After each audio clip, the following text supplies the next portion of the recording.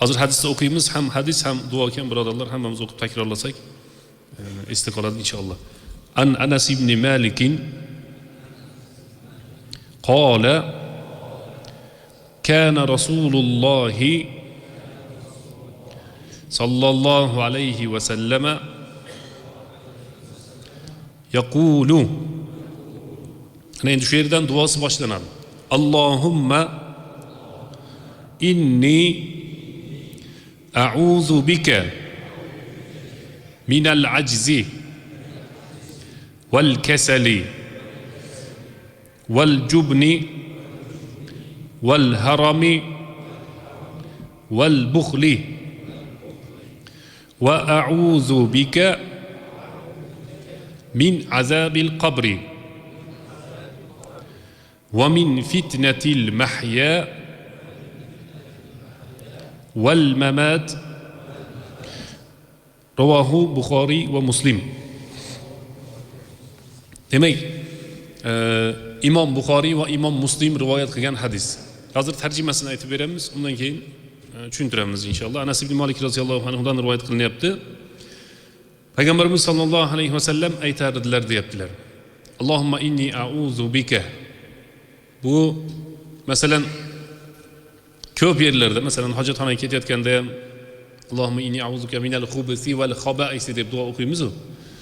Allohumma degani ya Alloh degani arabcha ikkinchisi. Bizi tilga tarjimasi ey Robbim, ey Alloh taolo degani. Ey Allohim degani. Inni a'udhu bika degani men panoh tilayman. Juda ham ko'p duolar shunday qilib boshlangan. Allohumma inni a'udhu bika, ya'ni Allohumma robbana atina fid dunya deb o'qiladigan duolar ham bor. Allohumma robban nas azhibil bas, ya'ni juda ham ko'p. Allohumma antas salam va minkas salam deb namozdan keyin ham o'qiysizlar. Allohumma deganni tarjimasi birodarlar, yo Alloh degan, ey Allohim degan. Inni a'udhu bika minal ajzi, ey Robbim men ojizlikdan panoh tilayman deyapsiz. A'udhu bika minal ajzi degani men ojizlikdan panoh tilayman, bandasiga muhtoj qilmasin. Val kasali, bizda kasal desa og'riyotgan odam tushuniladi. Arab tilidan kasal degan so'zni tarjimasi yalqov degan. Bugungi mavzuyimiz ham shu o'zi inshaalloh. Payg'ambarimiz sollallohu alayhi va sallam yalqovlikdan panoh tilayaptilar. Val jubni, qo'rqoqlikdan. Biz qo'rqoqlikdan panoh tilash bu yoqda tursin. Shu men shu fe'lim borda sharhlab boryapman, yana tarjimasini aytib olayim. Allohumma inni a'udhu bika minal ajzi. Ey Robbim, men sendan ojizlikdan panoh tilayman. Val kasali, yalqovlikdan panoh tilayman. Val jubni, qo'rqoqlikdan panoh tilayman. Val harami, o'ta qattiq qarib ketishlikdan. Endi 252 kirsa ham o'lish kerak baribir. Val bukhli, baxillikdan panoh tilayman deb payg'ambarimiz sollallohu alayhi vasallam aytibdilar. So'ngra va a'udhu bika min azabil qabri, ey Robbim qabrdan, o'sha joyda azob bo'lib qolishligidan panoh tilayman. Va min fitnatil mahya wal mamat, tiriklik fitnalaridan u o'lgandan keyingi fitnalardan hozir bo'lyapti mana shu narsalardan panoh tilayman deyapti payg'ambarimiz sollallohu alayhi vasallam. Payg'ambar bo'lsalar ham panoh tilayaptilar. Hozir bu hadis sharhlayman desangiz ko'p vaqt ketadi. Ammo bitta joyini tushuntiramiz. Yalqovlik birodarlar. Yalqovlik masalasi eng yomon masala. Eng yomon masala. Va munofiqlar sifati. Munofiq odamning sifati yalqov bo'ladi. Alloh taolo Qur'oni Karimda auzu billahi minash shaytonir rojim. Iza qamu ilas salati qamu kusala yurauna nas. Munofiq odamlar namoz o'qimoqchi bo'lsalar yalqov bo'ladilar deyapti. Va la yazkurunalloha illa qalila. Allohni bular juda ham kam zikr qiladi deyapti. Munofiqlik sifati, alomati har birimizda ham bo'lib qolishi mumkin. Alloh saqlasin.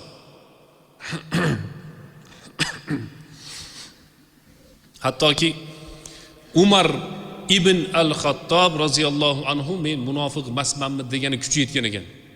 Hozir bitta ham odamga sizda munofiqlik alomati bor ekan desangiz, nima deyapsan deb o'radida. Umar aytayapti, Umar. Birodarlar, menda munofiqlik bormi yo'qmi deb borib so'ragan. amiri hadihil umma deydi, mana bu ummatning omonatgo'yidan borib so'ragan. Demak, bugungi mavzuyimiz yalqovlik haqida. İnsonni tabiatida yalqovlik bo'ladi, birodarlar. İnsonni tabiatida yalqovlik bo'ladi. Lekin bizi dinimiz mana shu yalqovlikni g'alaba qilishga buyuradi. Masalan, bomdod namozi. Bomdod namozi eng shirin uyqu bo'layotgan paytda bo'ladi. Abu Hurayra roziyallohu anhudan rivoyat qilinyapti. Payg'ambarimiz sollallohu alayhi vasallam aytibdilarki, "Inna ahadakum iza hamma yoki va huwa naimun." Shayton kelib sizlardan kim uxlayotgan bo'lsa, 3 joyiga tugunlarni tugat dedi. Tugun deydi, bunday bog'lab qo'yishlik. Yadribu kullu uqdatin alayka laylun tawil farqud. Ey falonchi, mazza qilib uxlaring, hali tun uzoq deydi ekan. Bu endi bomdodda aytadi bu gapini. Bu gapini bomdodda aytadi. Fa in istayqaza fa zakaralloha. O'sha banda o'rnidan tursa, yalqovlik qilmasdan, yalqovlik mavzusiga nimaga bomdod hadis aytilyapti desa, yalqovmaslar o'qiydi bomdod. Istayqaza fa zakaralloh. O'rnidan tursa-yu, Alloh taolani zikr qiladigan bo'lsa, in hallat uqdatun, birinchi tugilgan narsasi tugun yechiladi. Fa in tawadda in hallat uqdatun ukhra. O'sha banda masalan turganda alhamdulillahillazi ahyana ba'dama amatana, bizni o'likdan qayta tirik qilgan Allohga hamdlar bo'lsin desa, birinchi tugun ketdi. So'ngra tahorat qiladigan bo'lsa, ikkinchi tuguni ketdi. Fa in salla in hallat uqdatun ukhra. Bomdod namozini o'qiydigan bo'lsa, keyingi tugunlari ketadi. Shu yalqovlikning tugunlari, birodarlar, yalqovlikni ikkinchi ma'nosi barakani berkitib qo'yadigan narsalar deb tushunsak ham bo'lar. Barakani berkitib qo'yadigan narsalar. Fa asbaha nashitan tayyiban nafsi. O'rnidan turgan paytda nashitan degani dadil bo'lib turadi deyapti. Nashid degan so'zni anchamcha biz tilda ham ishlatishardi. Tayyiban nafsi degani kayfiyati yaxshi bo'lib turadi ekan. Kayfiyati yaxshi bo'lib yuradi keyin kunduzman. Bomdod o'qimagan odam, ana endi soat 9 bo'ldi, 10 bo'ldi, u bo'ldi, bu bo'ldi deydi, hamma narsasidan kech qoladi. Ertamanda o'zini Robbisiman uchrashuv qilmagan, Allohman uchrashmagan bandani ahvoli shu bo'ladi. Nimaga bizni avvalgi eskilarimiz, oqsoqollarimiz ertamanda turgin deb qayta o'yg'atadi yoki targ'ib qiladi desa, ulamolarning so'zi bor, birodarlar. Bomdodda baraka tarqaydi. Bomdod vaqtida baraka tarqaydi. Keyin bomdodda havo ham toza bo'ladi-da. Va subhi ida tanaffas deyapti Alloh taolo Qur'oni Karimda. Bomdod nafas olganda, nimaga bomdodda havo toza bo'ladi desa, munofiqlar uyda nafas olib turadi ekan, mo'minlar ko'chalarda yurishadi. O'shaning uchun birodarlar, payg'ambarimiz sollallohu alayhi vasallam hadisda aytibdilarki, qaysi inson uyquga ketgandan so'ng shayton quloqiga keladi-da, 3 tugunlarni tugadi hamda uxlagin, senga uzun uyqu bor deydi. Turgandan so'ng Allohni zikr qilsa birinchisi, tahorat qilsa ikkinchisi, bomdodda o'qiydigan bo'lsa, uchinchi tugunlari yechadi. Nashitan degani dadil, nima deydi, hali yalqovmas holatda. Tayyiban nafs degani o'z nafsida inson 2 xil tong ottiradi. Mana biz mavzuyimizga aloqasi yo'q ekan, lekin shuning ichida aytib ketamiz. 2 xil tong ottiradi, birodarlar. Hammanglarda bo'ladi shu narsa. Har kuni bo'ladi. Yoki ba'zi paytda turganingizda nasrina zo'r bo'ladi, kayfiyat. Yoki ba'zi paytda tursangiz yurak siqilib turgan bo'ladi. Yomon tush ko'rganmi, yo nima bo'lganmi, yaxshi eslaydi, eslay olmaydi. Ertalab tursa kayfiyat buzilgan. Hech narsa yoqmaydi. Ba'zan ertalab tursa hamma narsa yoqadi. Ana hadisga ko'ra, demak qaysi bir inson ertalab turganda Allohni zikr qilsa, tahorat qilsa, bomdod o'qisa, tayyiban nafs deyapti. Mana shu insonning nafsi pok bo'lgan holda uyg'onadi. Yalqovlikning masalasi. La xayra. Arablar ulamolarimiz aytishadiki, yalqovlikni boshi ham, o'rtasi ham, oxiri ham, turgan butgani yalqovlik yomon narsa. Umar roziyallohu anhu masjidga kirib o'tirgan odamga aytgan, "Sen nima masjidda o'tiribsan?" dedi. Namoz vaqtida ham o'tiradi ekan, namozdan so'ng ham o'tiraveradi. E'tikof bor, o'tirishlik bor, u boshqa masala. Lekin bekorchilikdan o'tirganda sen nimaga masjidda o'tiribsan? Sen bilmadingmi osmondan tilladan, kumushdan bo'lgan bulutlar kelib boshingga yog'ilib qolmaydi, ishingni qilmaysanmi dedi. Kasb-hunar qilmaysanmi? Harakatingni qilmaysanmi dedi. Ana o'sha narsa bizni dinimizda odamlarni harakat qilishlikka buyuradi birodarlar. Payg'ambarimiz sollallohu alayhi vasallam sahobalari qornlari och qolgan vaqtlarida qorniga tosh baylab turib masjid qurilishida yoki Handaq g'azotida xizmatini qilishavergan. Yaxshilab qarasak, payg'ambarimiz ikkita toshni baylab olib dedi. Qarang, hozirgi odamlarda birodarlar, hozirgi odamlarda yalqovlik eng tarqagan zamonda yashayapmiz. Eng yalqovlik tarqagan zamonda yashayapmiz. Siz tarixda eslab ko'ring-da. Birovga birov ovqat qilib bergan emas tarixda. Hozir bir joylarda ovqatni qilib, telefon qilsangiz uyingizga olib kelib beryapti. Og'zingizga solib qo'ymayapti xolos. Uyini eshigini tagidan bu hali qishloqda shu ahvol. Axlatlarni yig'ishtirib olib ketyapti. Ozgina puli bor odam bo'lsa, hamma xizmatini qilib beryapti, keyin o'zi kasal bo'lib qolyapti. Nimaga? Harakat yo'q. Odamlarda harakat yo'q. Mo'min, musulmon odam umuman yalqov bo'lmash kerak. Chunki Payg'ambarimiz sollallohu alayhi vasallam hadisda Allohumma inni auzubika, qarang, hadisga e'tibor bergan bo'lsanglar, qabr azobidan qanday panoh tilasa, yalqovlikdan shunday panoh tilayaptilar. Xuddiki bu yalqovlikni qabr azobiga tenglashtirib qo'yaptilar. Keyin ancha-muncha odam aytmasin-da, men harakat qilmadim. Harakat qilsak ham Xudo bermayapti deb, kazzob bo'ladi bunaqa odam. Harakatini qilsin, keyin bermasa taqdirimda shu ekan desin. Ammo harakatini ham qilmasa, undan keyin yana bo'lmayapti deb o'tirayotgan bo'lsa, dinimizni ayni teskarisi. Bizni dinimizni ayni teskarisi. Islom dinida yalqovlikdan to'liq qaytarilgan. Yalqovlik bizni dinimizda mumkin emas, birodarlar. Bittasi aytarmish. Nima deydi? 8 soat uxlash kerak ekan bir kunda. Kim aytdi bu gap desa, bir doktor aytibdi deydi. O'sha doktorni o'zi doktor bo'lish uchun 8 soat uxlamagan deydi. U doktor tabib bo'lib yetish uchun o'zi o'qigan. Uyqusidan kechib, ana endi kelib 8 soat uxlash kerak deydi. Bizning odamlarimizda shunday tabiat bor, birodarlar. Ertalab choy o'zining vaqtida bo'lish kerak, tushlik o'zining vaqtida obed bo'lish kerak, kechqurun yana o'z o'rnida bo'lish kerak, yana do'stlarman, yana u yerda, yana samovarda, yana boshqa narsalar. Shu narsani biz norma deb bilamiz. Norma unday bo'lmaydi. Qachon normadan chiqib ketilgan bo'lsa, keyin norma bo'ladi ba'zi paytda. Ancha-muncha och qolib ketsak hech gap bo'lmaydi. Mana hozir biz normadan chiqib ketdik. Misol uchun bu tushunyapsizlarmi? Normadan chiqib ketganimizni misoli kunduz obed qilmayapmiz. O'shuning uchun normallimiz biz. Obed qilmaganimiz sababi ro'zadorimizda yalqovlikni chekiga surib qo'ydik. Xufton namozini o'qishimiz norma edi. Undan tashqarisini qo'shib 20 rakat o'qishligimiz bu nafil sunnat. Shuni o'qiganimiz uchun yalqov emasmiz, birodarlar. Masalan, ba'zi bir odam jamoatga namozga borishlik uchun o'qimasdan uyda o'qib oladi. Xohlagan doktordan borib so'rang. Ertalabda men masjidga 500 metr qadamga piyoda bosib kelaman. Shu foydaligimi, zararligimi deb musulmon emas doktordan so'rang-da. Masjid demang. 500 metrga boraman, kelaman, har kuni kun chiqmasdan turib deng, shu ishing eng to'g'ri deb aytadi. Bizi dinimizda mo'min, musulmon odamning salomatligi uchun ham hamma narsani sharoit qilib qo'yilgan. Faqat biz musulmonlarning xatosi, siz bilan meni xatoyim, mana shu narsani nima qilmaymiz? Qadr qimmatiga yetmaymiz. Qadriga yetmaymiz, birodarlar. Shuning uchun payg'ambarimiz sollallohu alayhi vasallam hadisda aytibdilarki, mana hammanglar aytinglar. Va har kuni ertalab payg'ambarimiz sollallohu alayhi vasallam panoh tilar ekanlar. Ey Robbim, men yalqovlikdan panoh tilayman deb. Ba'zi paytda 4 soat, 3 soat uxlashga to'g'ri kelib qoladi. Hijolat bo'lmang. Qaysi odam o'sha hamma narsani normaga solib qo'yishim kerak, obed vaqtida bo'lsin, ertalab vaqtida bo'lsin, uyqum 8 soat bo'lsin, unday bo'lsin, bunday bo'lsin deyotgan bo'lsa, o'sha odam borib kuzatinglar, hayotda bir yaxshilik, bunday tartib, intizom yo'q.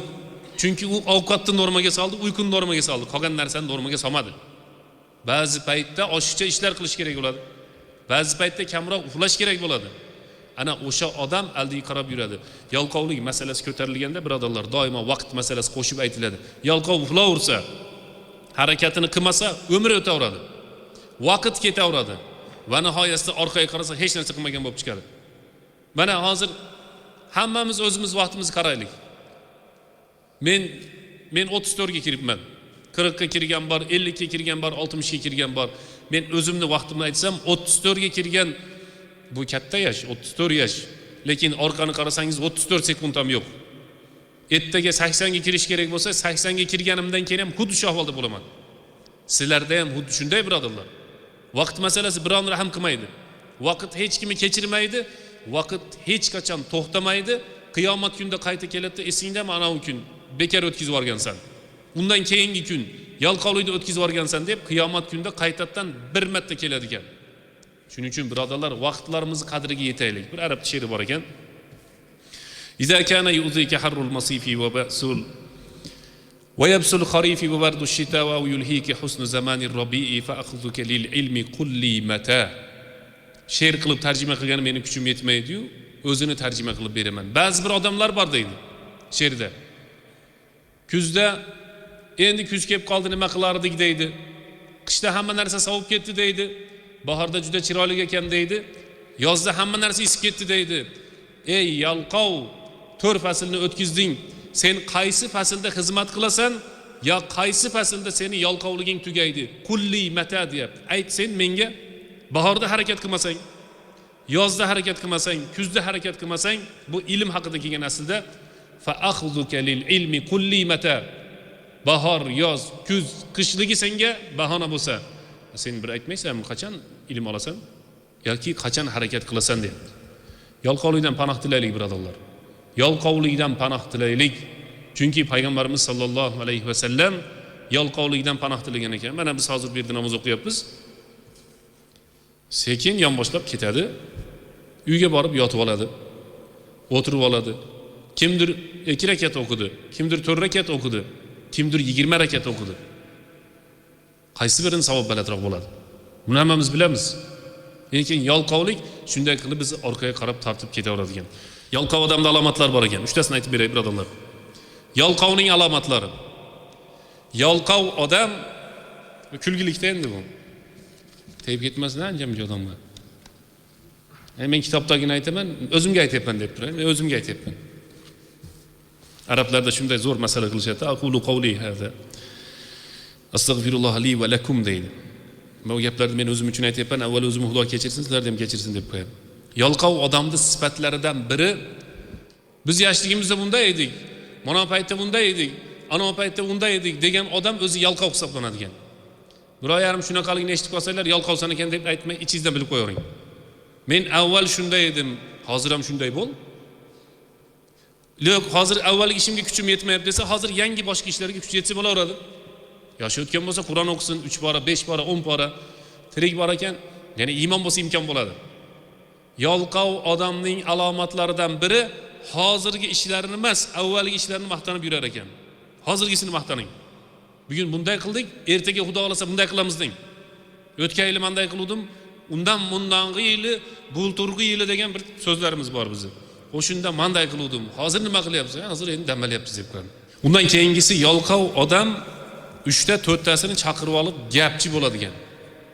Ko'p gapirayotgan odam yalqov bo'ladigan. Maslahat qilaveradi, amalda yo'q. Planchi deb qo'yaylik. Mayerga ham plan chizib ko'radi, bu yerga ham plan chizib ko'radi, bu yerga ham niyat qiladi, bu yerga ham niyat qiladi. 10 ta plan bittasini bajarmayligim desa, o'zi aslida mana bunday qilishimiz kerak. Undan keyin mana bunday qilishimiz kerak deb planni ko'paytirib, gapni ko'paytirib, amalni kamaytirayotgan odam yalqov odamlardan bo'lib hisoblanadi. Undan keyingisini aytmay qo'yavering. Undan keyingisini inshaalloh aytib beramiz. Birodarlar, yalqovlikning masalasi og'ir va qiyin masala. Yalqovlik qilmaylik.